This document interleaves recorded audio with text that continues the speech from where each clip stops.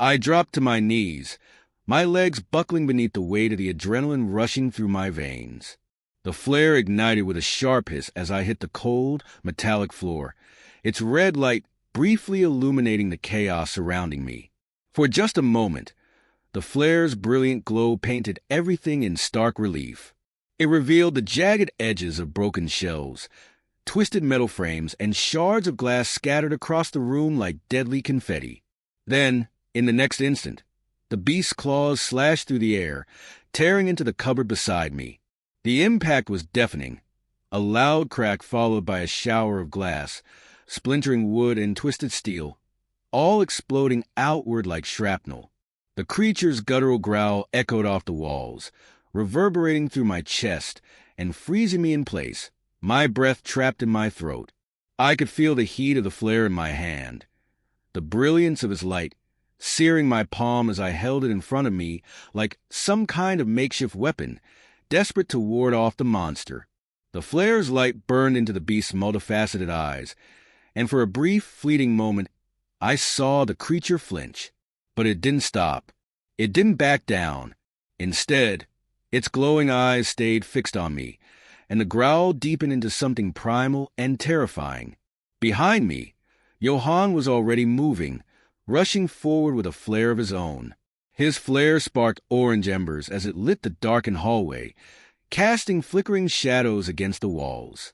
The beast turned, its massive form shifting toward him with terrifying speed.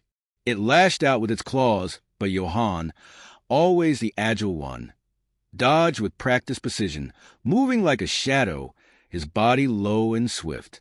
A grin crossed his face as he taunted the beast. But I knew the danger was far from over. The beast wasn't just an animal. It was something more. Suddenly, a scream pierced the air and Nell. Her terrified cry was followed by Silver's shouted curses as he tried to rally the others. The captain barked orders, her voice strained but commanding. Grelly, get over there, shield Nell, and keep her safe. Her voice carried over the chaos, but it was clear this wasn't just a simple attack. The creature was hunting us. We were the prey. The beast's massive form flickered, shimmering as if phasing between dimensions. One moment, it was there, its hulking shape towering over us. The next, it was gone, only to reappear with sickening speed. Its eyes remained locked on me, unblinking and unrelenting. I could feel its gaze pierce through my soul, sending a cold shiver down my spine. The beast's skin, if you could even call it that, was a sickly, mottled gray, and blood oozed from its wounds, thick and foul-smelling, leaving a trail of decay in its wake. The stench of rot filled the air as it moved, an ever-present reminder of its unnatural existence. Silver, ever the strategist, wasn't just watching. He hurled sparking rods from a distance, each impact sending the beast stumbling back with a shriek of agony. The air crackled with energy as the rods connected with the creature, forcing it into a brief retreat. For a split second, it paused, its body writhing in pain, but the relief was short-lived. We chased it toward the elevator, our steps frantic, our breath ragged. The beast's massive form flickered again, disappearing into the shadows. But when we reached the elevator, the trail abruptly ended. No sign of it anywhere. The vents nearby, far too small for its hulking body, hinted that it couldn't have escaped through there. I told you it was phasing, I muttered, my voice shaking as the weight of the situation hit me full force. There was no way an ordinary creature could move like that. No way. Can't be, Silver countered immediately, shaking his head. His voice was hard, filled with skepticism. It's an animal. Dangerous, sure, but nothing more. Maybe it follows certain rules, Johann mused, his brow furrowed in thought. He crouched beside the trail of black, bile left by the beast, his face twisting in disgust as he sniffed the air cautiously. I know this smell, he said, his voice softer now. Mutagenics. I've transported this stuff before. Same stench. Enough with the conspiracy theories. Silver snapped, cutting him off. We don't need this right now. Before I could respond, the captain stumbled forward, clutching her chest. A deep, crimson stain spread across her suit as bright green blood seeped through the fabric. My heart skipped a beat as I rushed to her side, tearing open her suit to reveal a deep, jagged gash across her chest. The sight made my stomach lurch, but there was no time to hesitate. Johann moved quickly, pulling out bandages from the med kit, his hands working with practiced efficiency. Nell, pale but determined, knelt beside me, her fingers shaking as she assisted. "I took first aid classes," she said, her voice steady despite the panic in her eyes. Together, we lifted the captain onto the nearby table, the urgency of the situation fueling our movements. Nell was already preparing a green vial from the medical kit, injecting it into the captain's neck without hesitation. "They ought to label these by species," Nell muttered, though her hands never faltered. "Species-specific labeling isn't segregation," I quipped, trying to lighten the mood, but the words fell hollow. "Not funny," Nell replied, her lips twitching into a reluctant smile despite the tension. Her hands moved quickly, working to stabilize the captain as best as she could. Her touch was gentle, though, and I knew she was doing everything she could. As the captain's breathing steadied, Suffer moved to restore the lights. But only a dim LED string flickered weakly above us, casting eerie shadows on the walls. The beast had deliberately cut the lights before its attack, as though it had known the darkness would be to its advantage. It wasn't just an animal. It was calculating. The air felt heavy, thick with the scent of blood, mutagenics, and decay. I stood there, staring at the captain, still unconscious on the table. The weight of the moment pressed down on me, but I couldn't afford to dwell on it. The beast had attacked us with no mercy, no regard for our lives. It wasn't an animal. It was something far more intelligent, far more dangerous.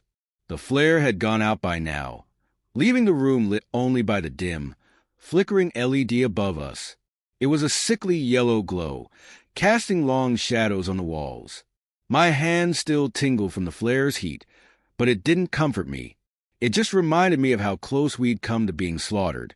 Johann had his back to the wall, his arms crossed, watching me with a look of quiet contemplation. He hadn't said much since the attack, but his mind was clearly turning over the same thoughts that were running through mine. The beast had been deliberate in its actions. It had known what it was doing. It had attacked when the lights went out, cutting us off from any advantage we might have had. I could feel the tension in the air, thick and suffocating, as the silence stretched on. Suffer, ever the pragmatist, was the first to speak. His voice broke the quiet, harsh and full of frustration. "This isn't just an animal hunt. We're dealing with something far more dangerous." His words struck a chord with me, but I couldn't help but feel a flicker of disbelief. The beast had been so powerful, so swift, but could it really be smart enough to plan, to anticipate our actions? Was this thing capable of holding grudges, of hunting us down like we were prey in a game?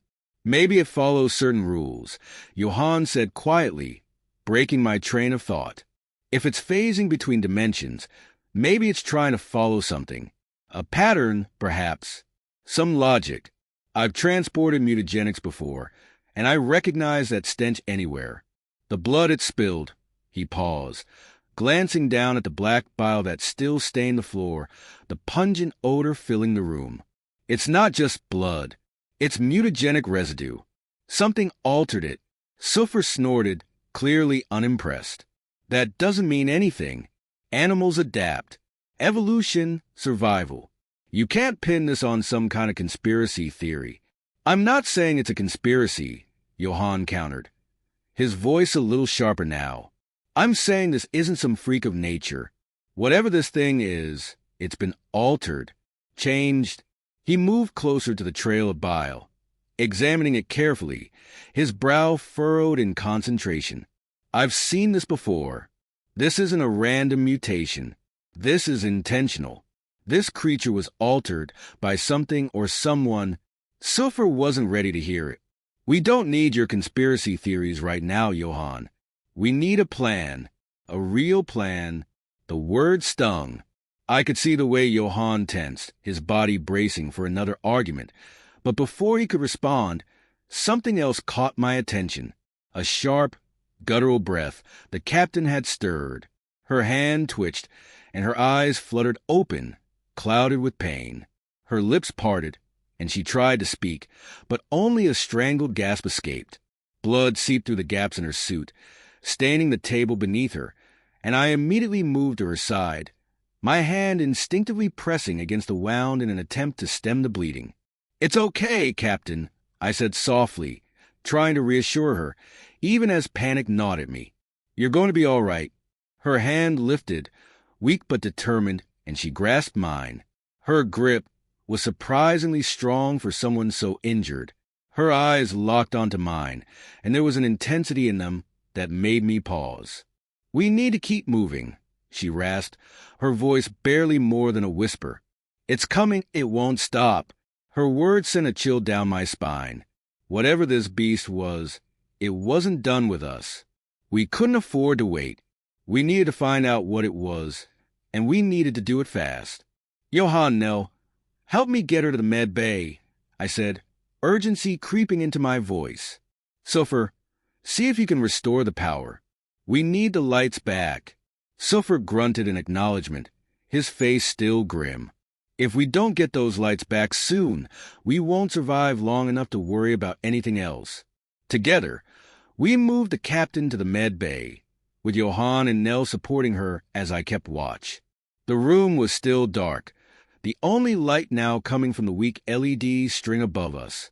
The hum of machinery in the background was a reminder of how vulnerable we were. With every minute that passed, the beast was growing closer.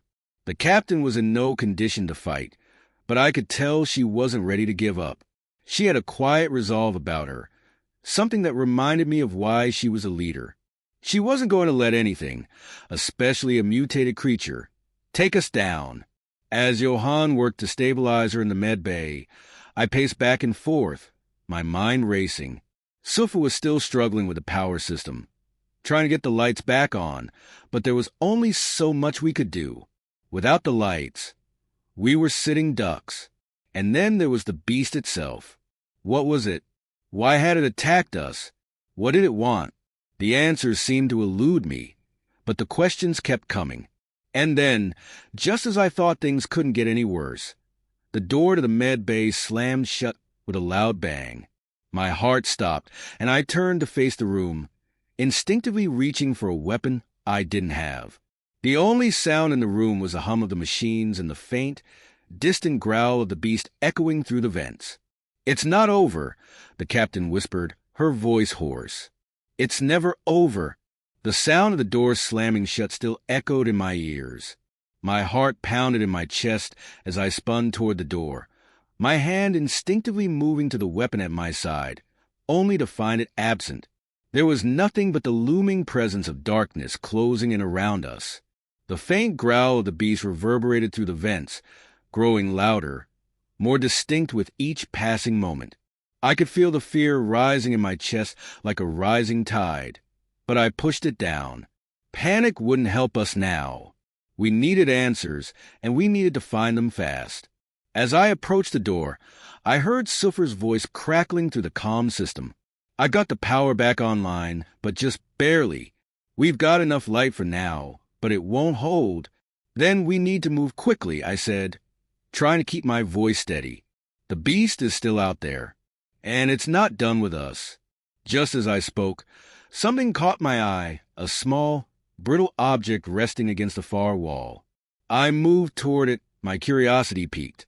My stomach churned as I realized what it was. Brack's mummified corpse lay crumpled on the floor, his body dried and desiccated, his empty eye sockets staring back at me.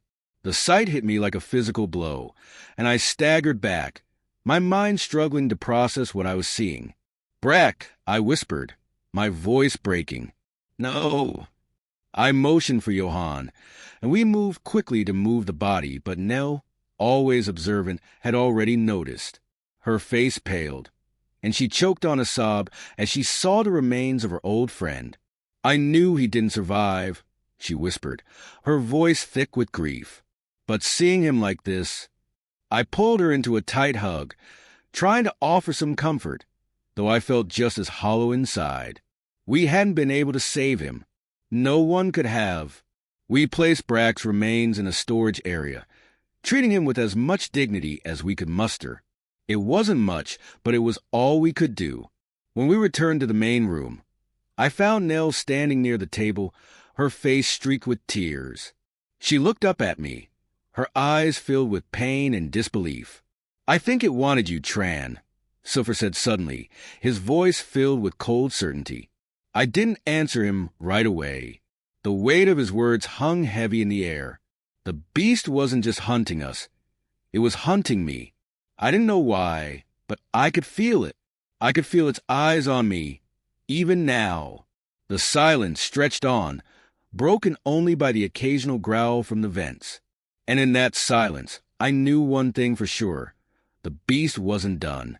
Not by a long shot.